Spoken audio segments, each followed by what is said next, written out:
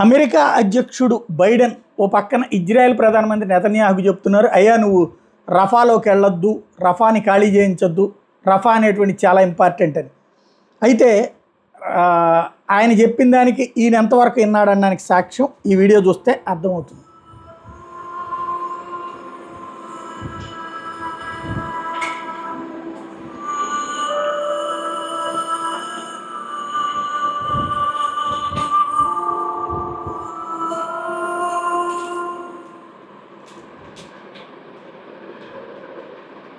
ఇది అదంతా కరెక్ట్గా ఇప్పుడు మనం చూస్తున్న దృశ్యం అంతా కూడా ఏదైతే బఫర్ జోన్ లాంటిది, అంటే ఇదంతా సేఫ్ జోన్ అని ప్రకటించారు. ఈ సేఫ్ జోన్లో తిరగద్దని చెప్తే కరెక్ట్గా ఆ సేఫ్ జోన్ మొత్తం ధ్వంసం చేసి పడేసింది ఇజ్రాయెల్. ఆ ప్రాంతం మొత్తం ఖాళీ అయిపోయారు. దాదాపుగా 5 లక్షల మందిని ఖాళీ చేయించి పడేసింది.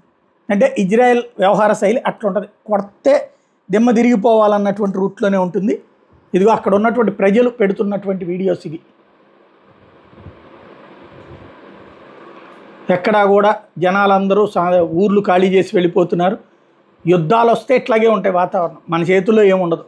మనం ఈలోపు ఎన్ని ఉపన్యాసాలు ఇచ్చుకున్నా అప్పుడు మన నాయకులు ఏం మాట్లాడినా ఉండదు. మనం ఎంతసేపటికి లోకల్ గల్లీ రాజకీయాలు మాట్లాడుకుంటాం, కానీ అంతర్జాతీయ పరిణామాల్లో తేడా వస్తే ఈ తరహాలో ఉంటాయి.